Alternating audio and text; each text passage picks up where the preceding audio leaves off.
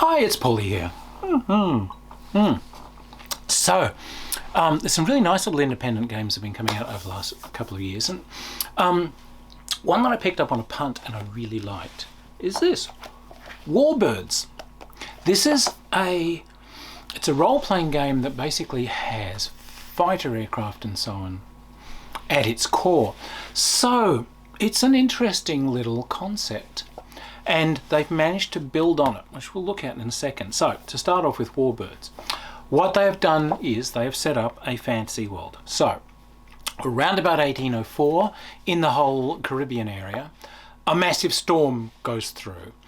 Tidal waves, winds, and woohoo. And then at the end of it, all of the areas that make up, like the Yucatan Peninsula, Florida, the Caribbean islands, Cuba, Haiti, the Bahamas, all these sorts of regions, they've kind of been torn out of our Earth.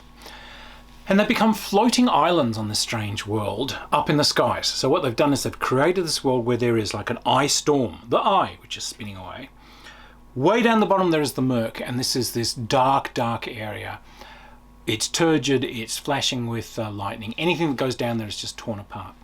But floating above it and circulating slowly around the eye are these islands that were once part of the whole Florida and Bahamas kind of region. There are different levels, and so what they've done is they've created maps that show you which islands are on which levels. Now, there are the main islands which kind of rotate around at their different levels, and there are islands which are way further out peripherally. Now, some of these have orbits that can take years to come back, so you just don't see them.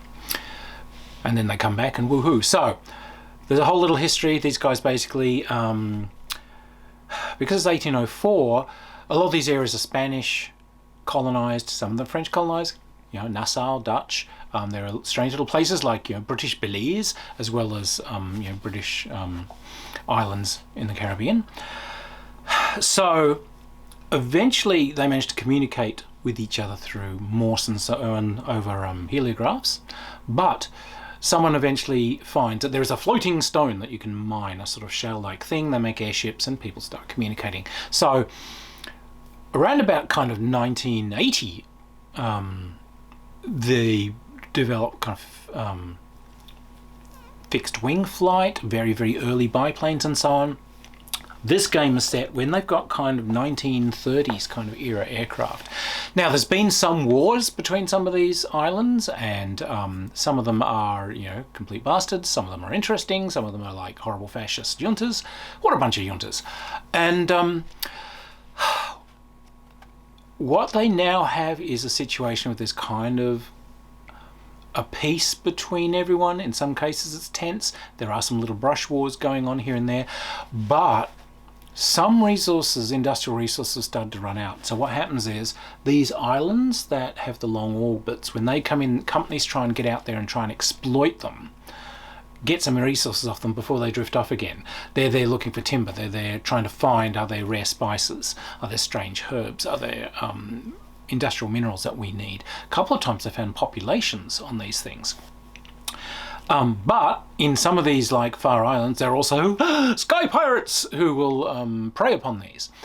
So there is also now a guild, kind of like an air mercenaries guild, and you are there to stop the sky pirates. Whee! Well, what else will we do? So what you can do is you can play virtually anything. You can be reporters, you can be colonists, you can be fighter, but of course the core of it is to be a fighter pilot of some sort, and ideally what they've obviously tooled this to be is you're going to be working for the guild.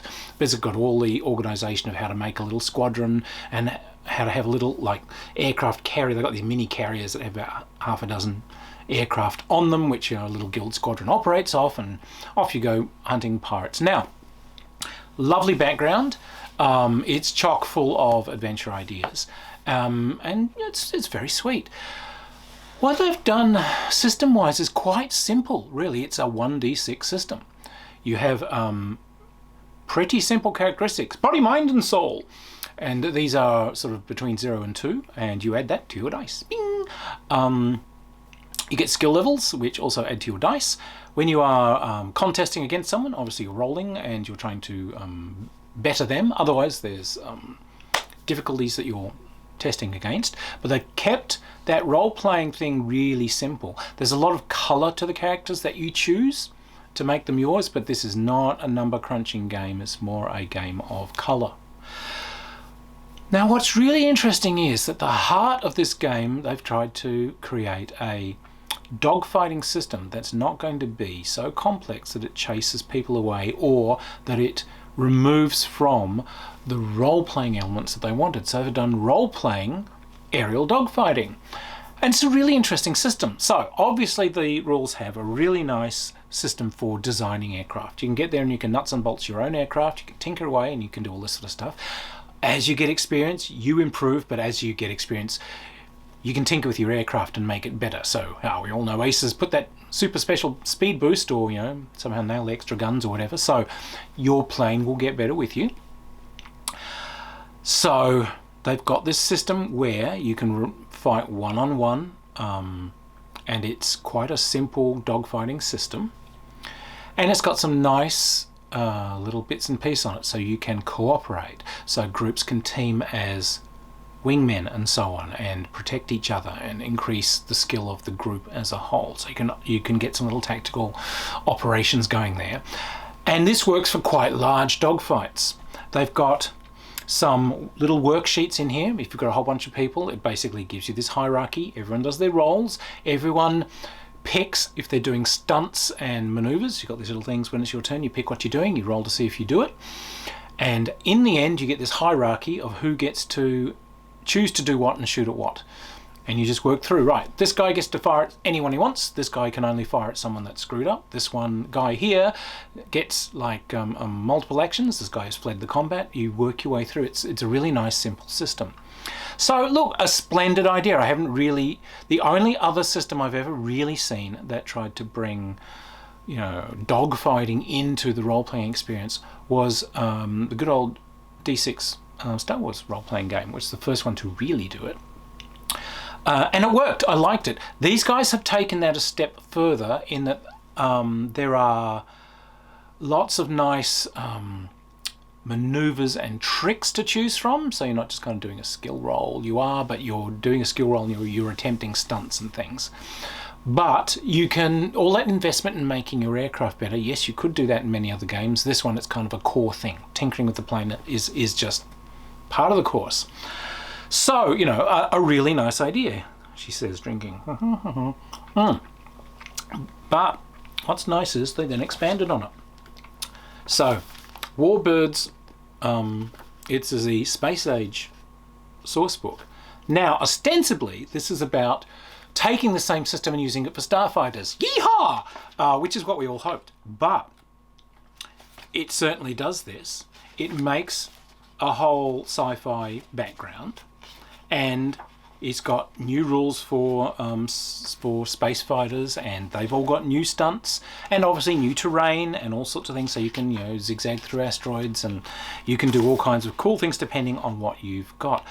But where I think this shines is the other half of the book is actual historical periods where they've given you the real planes. So there is a World War II source book in this. We've got Messerschmitts and different models of Spitfire, and all of their stats and what stunts they can and can't do and so on are in here.